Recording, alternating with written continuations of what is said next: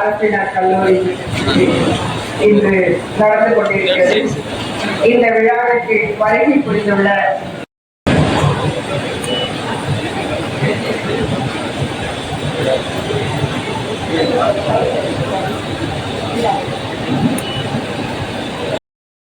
நடைபெற்றுக் கொண்டிருக்கிறது.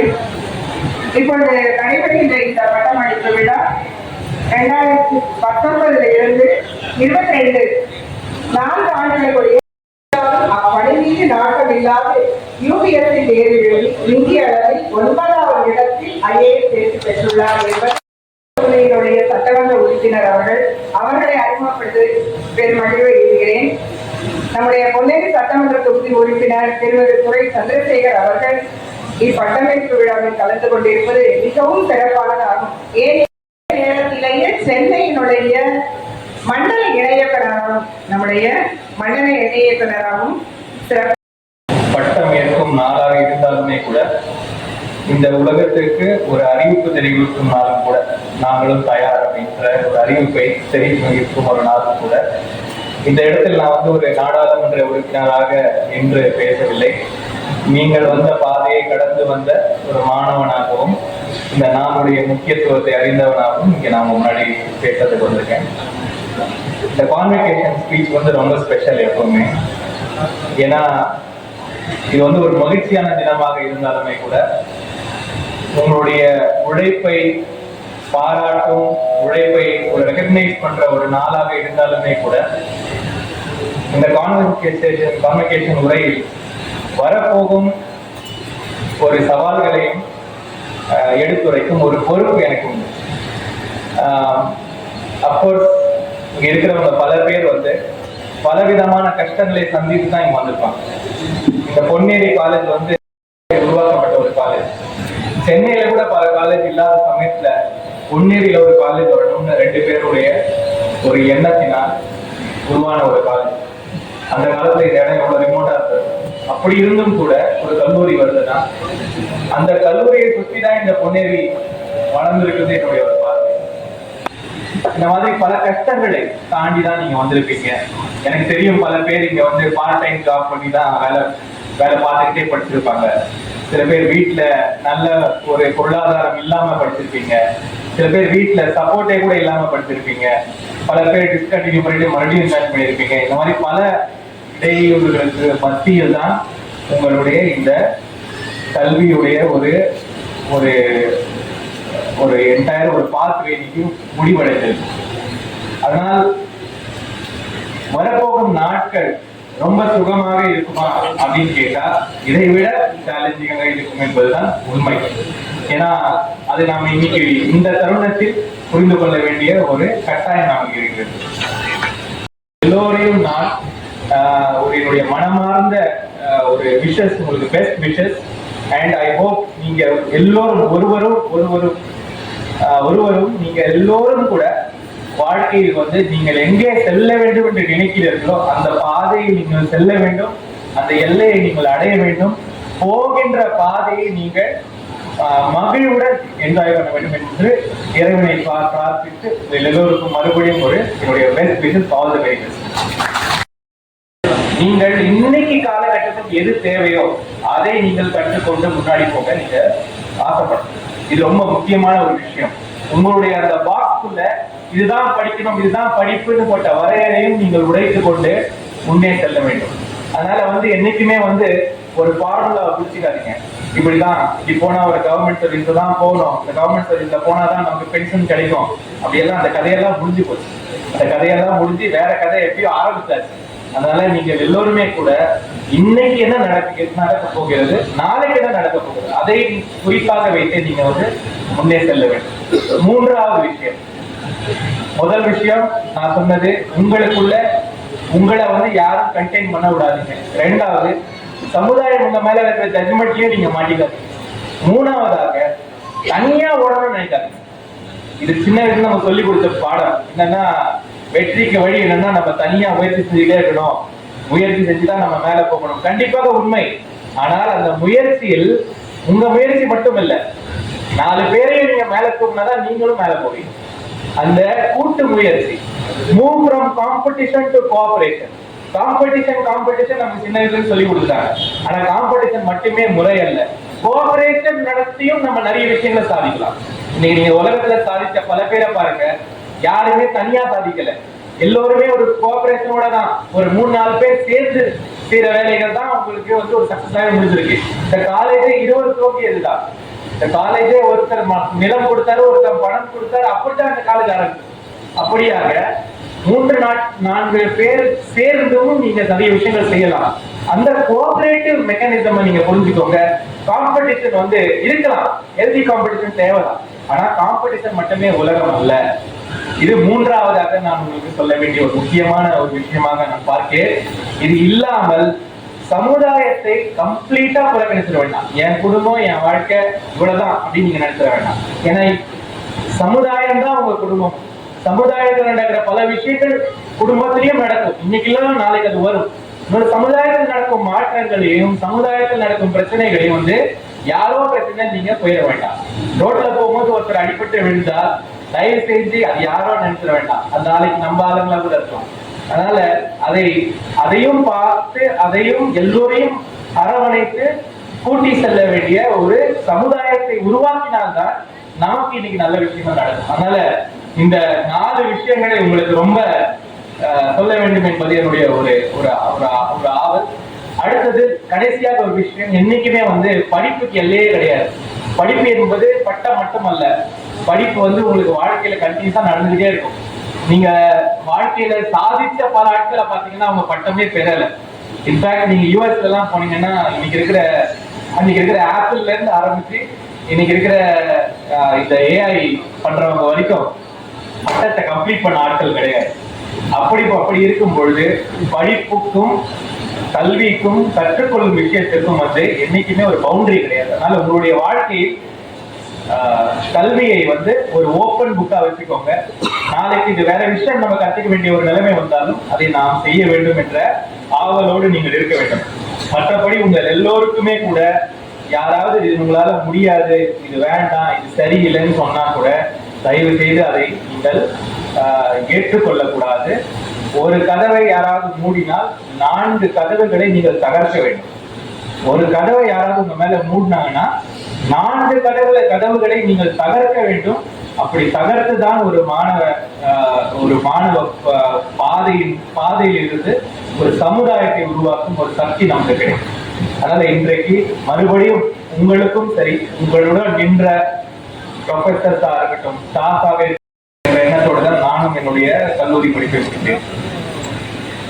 ஆனால் வரப்போகும் காலங்களும் கூட பல கட்டாயங்களை முன்னாடி கொண்டு வரும்.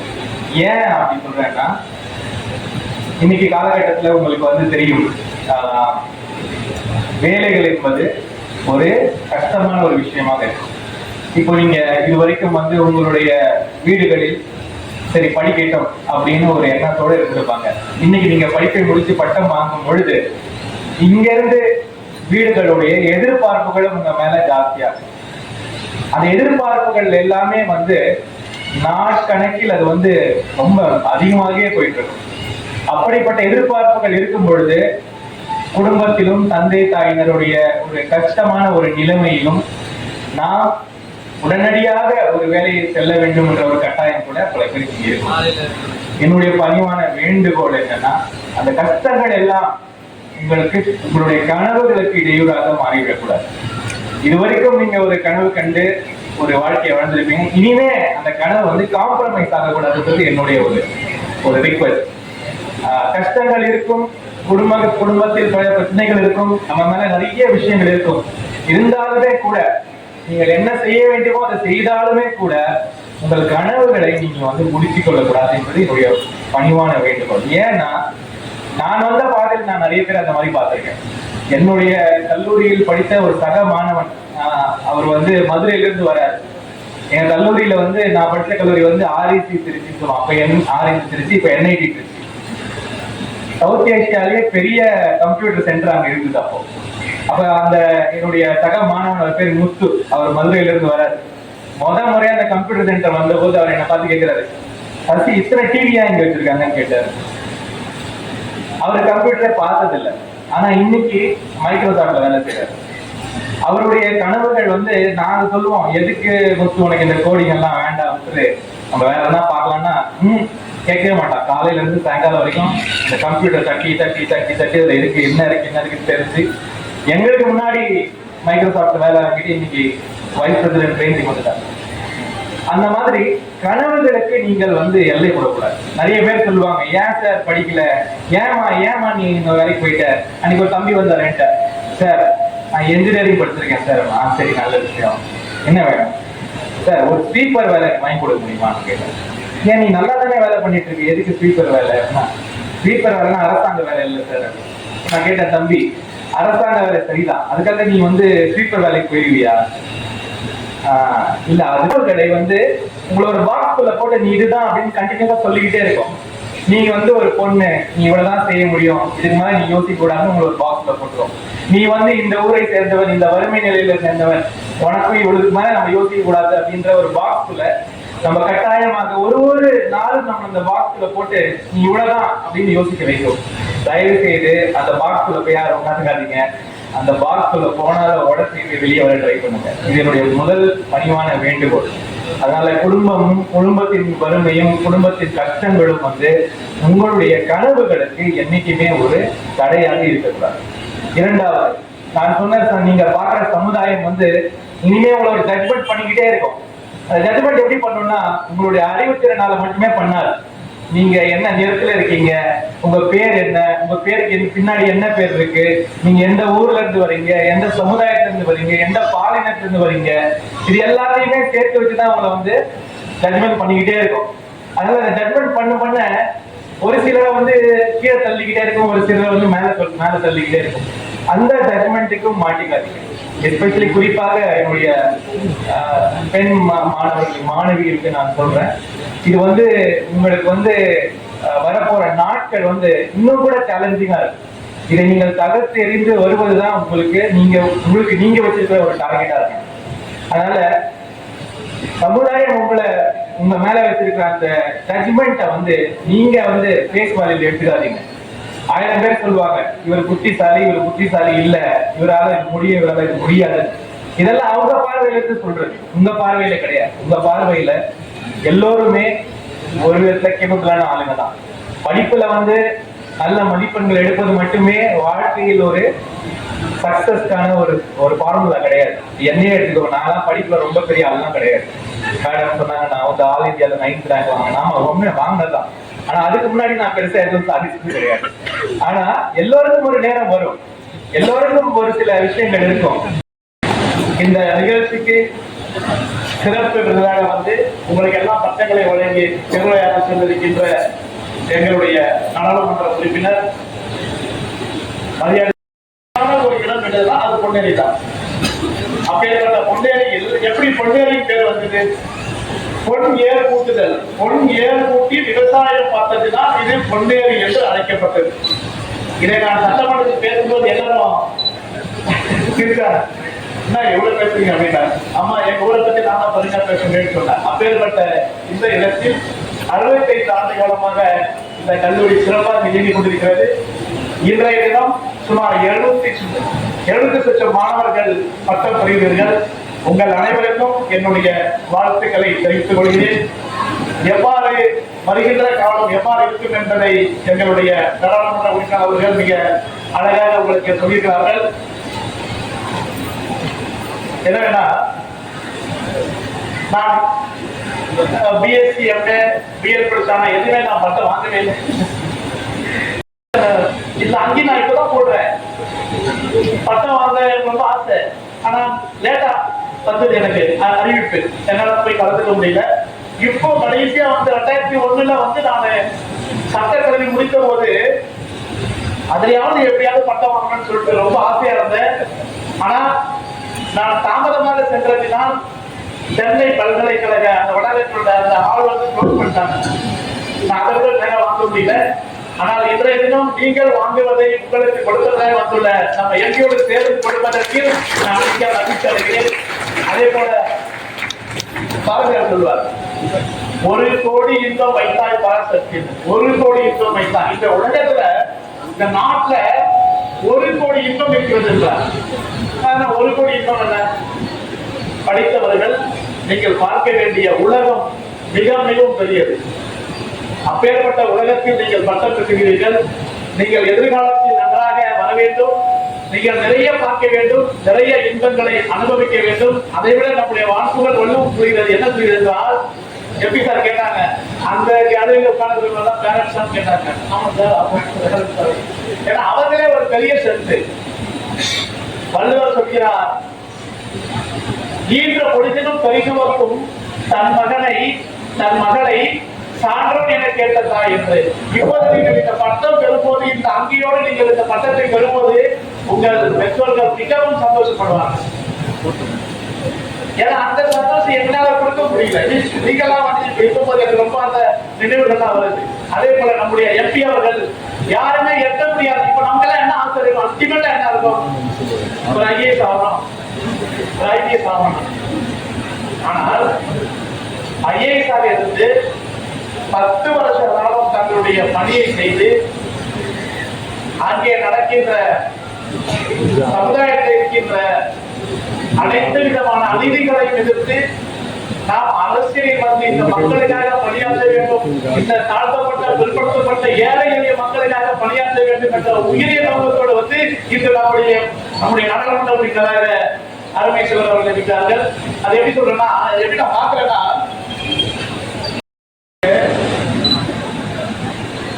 ஜவஹர்லால் நேரு எல்லாரும் பேசுறாங்க, நமக்கு நம்ம சட்டத்தை யாரும் ஏற்க முடியும் அப்படின்னு. யாருமே சொல்ல முடியாத ஒருத்தரை ஜவஹர்லால் நேரு சொல்கிறார், சட்டம் இயற்றுவதற்கு சரியான ஒரு ஆள் அண்ணல் அம்பேத்கர். அவருக்கு நிறைய எதிர்ப்பு.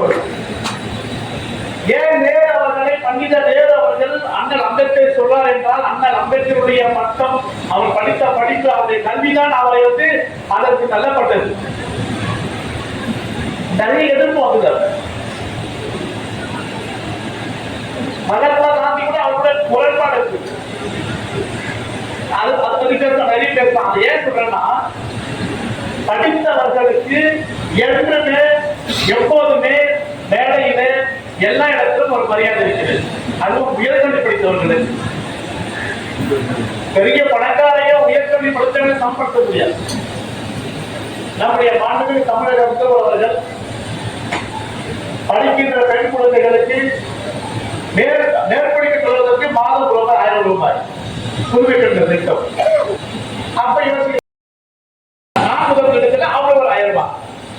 சோ உயர்கல்விக்கு புத்துயிர் கொடுக்க வேண்டும். யாரும் எந்த காரணத்தினாலும் கல்வியை பாதி நிறுத்திவிடக் கூடாது என்பதற்காக நம்முடைய தமிழக அரசு மாண்புமிகு முதல்வர் அவர்கள் மிக சிறப்பான திட்டங்களை அறிவித்து உயர்கல்வியை சிறப்பாக நடத்தி முடித்தார்கள். நேற்றைய தினம் தமிழக பட்ஜெட்டை பார்த்தோம் என்றால் சுமார் 850 கோடி இந்த உயர்கல்விக்காக ஒதுக்குகிறார்கள். இதை சொல்லப்போனா தமிழ்நாட்டு ஆரம்ப கல்வியை வலுப்படுத்தியது யாரு? காமராஜர் அவர்கள். அவரை விட்ட யாரும் கிடையாது. இன்று வரையிலும் ஆரம்ப கல்வியை தமிழகத்திலே கட்டமைத்த ஒரு மாபெரும் தலைவர் பெருந்தலைவர் காமராஜர் அவர்கள். அதற்கு பிறகு உயர்கல்வியை கொண்டு வந்து மிக சிறப்பாக கொண்டு வந்த ஒரு முத்தான தலைவர் முத்தமிழ் கலைஞர் அவர்கள். இந்த இருவரும் சேர்ந்து கொண்டு வந்த இந்த கல்விதான் தமிழகத்தை உயர்த்திருக்கிறது. இன்றளவும் நம்முடைய மாண்புமிகு முதல்வர் அவர்கள் மிக சிறப்பான ஒரு உயர்கல்வியை கொண்டு வந்துள்ளார்கள். அவர்களுக்கு இந்த நேரத்தில் என்னுடைய காங்கிரஸ் கட்சி சார்பாகவும் என்னுடைய மக்கள் சார்பாக நன்றிகளை தெரிவித்துக் கொண்டு, கல்வி படிப்பதற்கு வயதோ எதுவோ காரணம் இல்லைன்னு சொன்னாங்க. அதை ஒரு சின்ன என்ன சொல்றேன்னா, ஒருத்தர் வந்து 40 ஆண்டு காலம் ஒரு துறத்தில் நடக்கிறார். வேலை செஞ்சுட்டு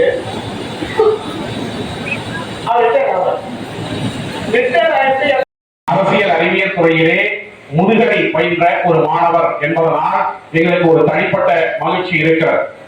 அரசியல் அறிவியல் துறையிலே மாநில கல்லூரியிலே மாண்புமிகு தமிழ்நாடு முதலமைச்சர் அவர்கள் பயின்ற அந்த ஒரே காரணத்தால் நான் இன்றைக்கு தமிழ்நாட்டிலே செயல்படுகின்றன. இப்போது பட்ஜெட்டிலே இன்னும் 10 அரசு கல்லூரிகள் அறிவிக்கப்பட்டிருக்கின்றன. இந்த கல்லூரிகள் எதற்கும் கிடைக்காத வகையிலே எங்கள் மாநில கல்லூரிக்கு 63 கோடி ரூபாய் செலவில் ஒரு கிராண்ட் ஆடிட்டோரியம், இங்கே கூட முதல்வர் ஆடிட்டோரியம் கேட்டுக் கொண்டிருக்கிறார். எங்களுக்கு 2050 பேர் அமரக்கூடிய அவையிலே ஒரு மாபெரும் கலையரங்கம் கட்டி தருவதாக ஒப்புக்கொள்ளப்பட்டு இந்த ஜூன் 3ஆம் தேதி கலைஞர் பிறந்த நாள் வருகிற போது மாண்புமிகு தமிழ்நாடு முதலமைச்சர் அவர்கள் அதை திறந்து வைப்பதற்கு உள்ளார். இது ஏன் ஒரு சாதனை என்றால், சென்னையிலே புகழ்பெற்ற தனியார் கல்லூரிகளில் கூட 2000 பேர் அமரக்கூடிய ஒரு ஆடிட்டோரியம் இன்று வரைக்கும் இல்லை. சென்னை கிறிஸ்துவ கல்லூரி, லயோலா கல்லூரி, புதுக்கல்லூரி என்று எங்கே நீங்கள் எடுத்துக்கொண்டாலும் அதிகபட்சம் 1800 பேர் அமரக்கூடிய ஆடிட்டோரியம் தான் இருக்கிறது. ஆகவே தமிழ்நாட்டிலேயே ஒரு முன்மாதிரியான ஒரு கலையரங்கம் மாநில கல்லூரிக்கு வந்திருக்கிறது. அடுத்தபடியாக எங்களுடைய தொகுதியினுடைய சட்டமன்ற உறுப்பினர் அவர்கள், மாண்புமிகு உதயநிதி ஸ்டாலின் அவர்கள், துணை முதலமைச்சர் அவர்கள் எங்களுடைய மாநில கல்லூரிக்காக 78 லட்சம் ரூபாய் செலவில் ஒரு கேண்டீன் கட்டி தந்திருக்கிறார்கள். இன்னும் ஒன்று, மாற்றுத்திறனாளி ஆண்கள் பெண்கள் விடுதி இந்தியாவில் வேறு எங்குமே இல்லை, கல்லூரிக்குள் எங்களுக்கு கட்டி கொடுக்கப்பட்டிருக்கிறது. இந்த ஆட்சி வந்த பிறகு 4 வருடங்களில் கிட்டத்தட்ட 100 கோடி ரூபாய் அரசாங்க நிதி மாநில கல்லூரிக்கு ஒதுக்கி தரப்பட்டிருக்கிறது. இதற்கு நன்றி பாராட்டுகிற முகமாக அங்கே நடந்திருப்பது என்ன என்றால், நம்முடைய எம்எல்ஏ அவர்கள் இப்போது புதுமை பெண் திட்டத்தை பற்றி சொன்னார்கள். நான் கல்லூரி முதல்வராக அங்கே பொறுப்பேற்ற போது 2021ஆம் ஆண்டில் 100 பேர் படிக்கிறார்கள் என்றால் 25 மாணவிகள் படிப்பார்கள், 75 மாணவர்கள் படிப்பார்கள். இன்றைக்கு 2025இல் என்ன நிலவரம் என்றால் 43 மாணவிகள் படிக்கிறார்கள், 57 மாணவர்கள் படிக்கிறார்கள். கிட்டத்தட்ட 18% பெண்கள் உயர்கல்வி படிப்பது என்பது இந்த புதுமை பெண் திட்டத்தால் எங்கள் கல்லூரியில் சாத்தியமாகி இருக்கிற ஒரு நிலைமையை நாங்கள் பார்த்தோம். இந்த பட்டமளிப்பு விழா இன்றைக்கு 700க்கும் மேற்பட்ட மாணவர்கள் இங்கே நீங்கள் பட்டம் பெற இருக்கிறீர்கள். நான் வாட் இஸ் எஜுகேஷன் என்கிற கேள்வியை கேட்டுக்கொண்டால் எத்தனையோ நூற்றுக்கணக்கான விளக்கங்கள் இருக்கின்றன. அதிலே எனக்கு பிடித்து நான் ஒவ்வொரு நாளும் மனதுக்குள்ளே சொல்லிக் கொள்கிற ஒரு விளக்கம் என்ன என்றால், எஜுகேஷன் இஸ் லிபரேஷன். கல்வி என்பது விடுதலை. நம்மை கட்டிய அனைத்து தடைகளில் இருந்தும் அனைத்து அடிமைத்தனங்களில் இருந்தும் நம்மை விடுவித்துக் கொள்வதுதான் கல்வி. அதற்கு நம்முடைய எம்எல்ஏ அவர்கள் சொன்ன பாபா சாஹேப் அம்பேத்கரிடத்திலிருந்தே ஒரு மேற்கோளை நான் காட்ட விரும்புகிறேன். அவர்தான் இந்திய அரசியல் சாசன சட்டத்தை உருவாக்கினார். ஆனால் அவர் எவ்வளவு கூர்த்த மதிவுடையவர் என்று சொன்னால், அவர் தான் ஒரு சூழலிலே சிக்க வைக்கப்பட்டிருக்கிறோம் என்பதை புரிந்து கொண்டு அந்த பதவியை ராஜினாமா செய்துவிட்டு வெளியே வருகிற போது சொல்லுகிறார், I created the Constitution of India, but if I found it is misused later, I shall be the first one to burn it என்று அவர் சொல்லுகிறார். நான் இந்திய அரசியல் சாசன சட்டம் என்றைக்காவது தவறாக பயன்படுத்தப்படுகிறது என்று அறிந்து கொண்டால் நான் தான் அந்த சாசன சட்டத்தை எரிக்கிற முதல் நபராக இருப்பேன். I shall be the first one to burn it என்று ஒருவர் சொல்லுகிறார் என்றால் அவர் எவ்வளவு கூர்த்த மதிப்படைத்தவர் என்பதை நீங்கள் உணர்ந்து கொள்ள வேண்டும். கல்வி என்பது இதுதான். நாம் எந்த சூழலில் இருந்தாலும் சரி, நம்முடைய சிந்திக்கிற அறிவு. இதைத்தான் சாக்ரட்டிஸ் போய் கேட்கிறார்கள், உலகத்திலேயே தலைசிறந்த அறிவாளி யார் என்று கிரேக்கத்திலே ஒலிவியா என்ற தெய்வத்திடம் போய் கேட்கிற போது அந்த தெய்வம் சொல்லுகிறது, அட பாவிகளா, உங்கள் ஊரிலேயே இருக்கிறான் அந்த உலகத்தினுடைய மகத்தான புத்திசாலி, அவன்தான் சாக்ரட்டிஸ் என்று அந்த தெய்வம் சொல்லுகிறது. உடனே இது ஒரு தொன்ம கதை, கிரேக்கத்திலே நிலவுகிற ஒரு தொன்ம கதை. உடனே அந்த மக்கள் சாக்ரட்டிஸிலே போய் சொல்லுகிறார்கள், இந்த ஊரினுடைய தெய்வமே நீங்கள் தான் பெரிய அறிவாளி என்று சொல்லுகிறது, அப்படி என்ன அறிவு உங்களிடம் இருக்கிறது என்று கேட்கப்படுகிற போது சாக்ரட்டிஸ் சொல்லுகிறான், I don't know anything, that is the only thing I have known fully well என்று அவன் சொல்லுகிறான். எனக்கு எதுவுமே தெரியாது, அந்த ஒரு விஷயம் மட்டும் எனக்கு நன்றாக தெரியும் என்று சாக்ரட்டிஸ் சொல்லுகிற போது அவன் எவ்வளவு அறிவினுடைய உச்சாணி கொம்பில் நின்று கொண்டிருக்கிறான் என்பதை நாம் கண்டுகொள்கிறோம். இது நம்மிடத்தில் இல்லையா? நம்முடைய பண்பாட்டில் இல்லையா என்று கேட்டால் திருவள்ளுவர் இன்னும் எளிமையாக 3 வார்த்தைகளில் சொல்லுகிறார். அறிவு என்று எது என்று கேட்டால் அறிவரும் அறியாமை கண்டற்றான் என்று சொல்லுகிறார். அதைத்தான் நம்முடைய எம்பி அவர்களும் சொல்றார். படிப்பிற்கு எல்லைகள் கிடையாது. நீங்கள் படிக்க விரும்பினால், உங்களுக்கு மனம் இருந்தால், நீங்கள் சாகர அந்த கடைசி நொடி வரை படித்துக் கொண்டே இருக்கலாம்.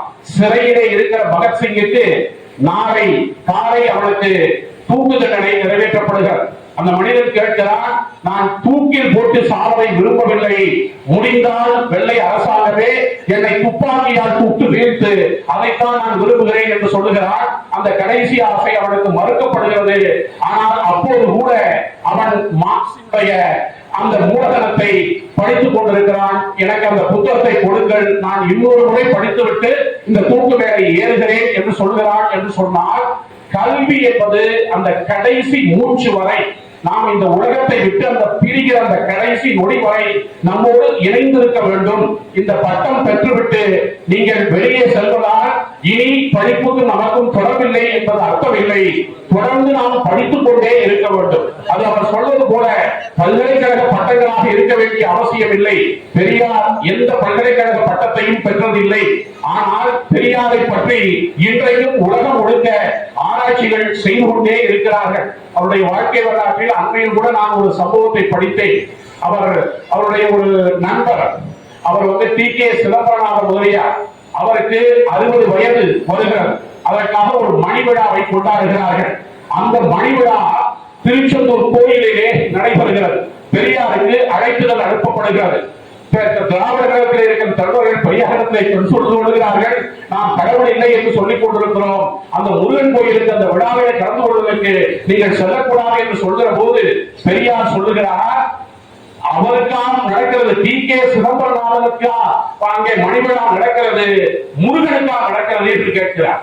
முருகனுக்கு நடந்தால் நான் போக மாட்டேன், டி.கே. சிதம்பரநாதன் என்கிற மனிதனுக்கு தானே மணி விழா நடக்கிறது, அவர் நம் நண்பர் அல்லவா, அந்த மணி விழாவில் நாம் ஏன் கலந்து கொள்ளக்கூடாது என்று சொல்லுகிற போது கொள்கையை, வாழ்க்கையை, நடைமுறையை, நட்பை எவ்வளவு கூர்த்த மதியுடன் பெரியார் பிரித்தறிந்திருக்கிறார். அதைத்தான் அவர் பகுத்தறிவு என்று இந்த தமிழ்நாடு முழுக்க, உலகம் முழுக்க கொண்டு சென்றார். இந்த இடத்தில் நான் அதிக நேரம் எடுத்துக்கொள்ளக்கூடாது என்பதனால் நிறுத்திக் கொள்கிறேன். ஒரே ஒரு சின்ன கதை உங்கள் எல்லோருக்கும் புரியும் என்பதற்காக சொல்லுகிறேன். ஒரு தந்தை ஒரு மகனிடத்திலே ரிக்ஷா என்கிற ஒரு வார்த்தையை சொல்லிக் கொடுக்கிறார். இது ஒரு அசோகத்திரன் என்கிற எழுத்தாளர் எழுதிய ஒரு 3/4 பக்கம் மட்டுமே இருக்கக்கூடிய ஒரு கதை. ஒரு 200 வார்த்தைகள் கூட அந்த கதையில் இருக்கார். அப்பா ரிக்ஷான்னு சொல்றார், குழந்தை ரிஷ்கான்னு சொல்லுது. உடனே இவர் படித்தவர், பெரியவர், அப்பா மூளை இருக்கிறது. இவர் என்ன நினைக்கிறார், ரிக்குன்னு சொல்லு, குழந்தை ரிக்கு, எங்க ஷான்னு சொல்லு ஷா, ரிக்ஷா சொல்லு ரிஷ்கா. சரி, ஒரு பர்மிடேஷன் காம்பினேஷன் மாத்துறாரு. ரிஷ் சொல்லு ரிஷ்கா சொல்லு கா, எங்க ரிக்ஷா சொல்லு ரிஷ்கா, எங்க இஷ்கா சொல்லு இஷ்கா, கா சொல்லு கா, ரீ சொல்லு ரீ, ரிக்ஷா சொல்லு ரிஷ்கா. குழந்தை 3/4 மணி நேரம் இதேதான் நடக்குது. இப்போ இதுதான் உலகத்துல எல்லா பள்ளிக்கூடங்களிலும், எல்லா கல்லூரிகளிலும், எல்லா பல்கலைக்கழகங்களிலும் நடக்கிறது. ஆசிரியர் ஏதோ ஒன்றை சொல்லிக் கொடுப்பதற்கு முயற்சி செய்கிறார். அதே நேரத்துல மாணவனும் ஆசிரியருக்கு வேற ஒன்றை சொல்லிக் கொடுப்பதற்கு முயற்சி செய்கிறார். ஒரு நிமிடம் 2 பேருக்கும் ஒரு பொறுமை இருந்தால், 2 பேருக்கும் ஒரு கலந்துரையாடுகிற ஆற்றல் இருந்தால், இவர் சொல்வது என்ன, அவர் சொல்வது என்ன என்பதை ஒரு பால் புரிந்து கொண்டால் கல்வியை இன்னும் சிறப்பாக நாம் மற்றவர்களிடத்திலே கொண்டு போய் சேர்க்க முடியும். அதைத்தான் வேறு ஒரு இடத்திலிருந்து சசிகாந்த் செந்தில் அவர்கள் சொன்னதை ஒரு பாரதியாருடைய பாடலின் 2 வரிகளால் சொல்லி நான் முடித்து விடுகிறேன். பாரதியார் ஒரு இடத்திலே எழுதுகிறார், மண்ணில் தெரிகிறது வானம், அது நம் வசப்படல் ஆகாதோ. அவ்வளவுதான் விஷயம். வானத்தை அங்க இருந்து பார்த்தோம்னா எங்கேயோ இருக்கிறதா தெரியும். ஆனா ஒரு கல்பனா சாவ்லாவுக்கு, ஒரு ராகேஷ் சர்மாவுக்கு, நீல் ஆம்ஸ்ட்ராங்குக்கு அப்படி தெரிவதில்லை. அவர்கள் நாம் எப்படி நடந்து போகலாம் என்று நினைக்கிறோமோ அப்படி நிலவில் நம்மளால் நடந்து போக முடியும் என்று நீல் ஆம்ஸ்ட்ராங் நினைக்கிறார். அந்த மனம்தான் உங்களை அங்கே கொண்டு போய் சேர்க்கிறது. அதைத்தான் பாரதியார் எழுதுகிறார், கண்ணில் தெரியும் பொருளினை கைகள் தவறுந்திட மாட்டாவோ, மண்ணில் தெரியுது வானம், அது நம் வசப்படம் ஆகாதோ. இந்த நம்பிக்கை இருந்தால், இந்த புத்துணர்ச்சி இருந்தால், உலகமே உங்கள் உள்ளங்கைக்குள் வசப்படும். நீங்கள் மாபெரும் மனிதர்களாக, மாபெரும் சாதனையாளர்களாக வெற்றி பெற்று திரும்பவும் இந்த பொன்னியடி கல்லூரிக்கு திரும்பி இங்கே உங்கள் முதல்வர் கேட்கிற ஆடிட்டோரியம், பிளே கிரவுண்ட் எல்லாவற்றையும் இந்த கல்லூரிக்கு நீங்கள் ஒரு நாள் நம்முடைய சசிகாந்த் செந்தில் எம்பி அவர்களை போல நீங்களும் செய்து தர வேண்டும் என்று வாழ்த்தி விடைபெறுகிறேன். நன்றி. Nalani R. Nalini S. Surya Prabha N. Uma Maheshwari A. Shahutala M. Venila M. Bhunesh Kumar H.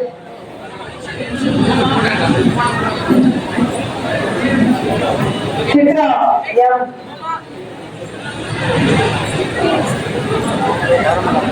Divya Bharati D.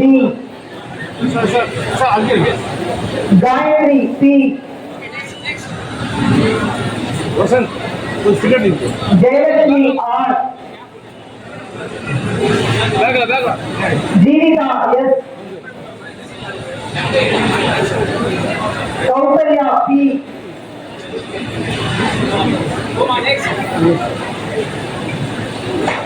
Yogesh P.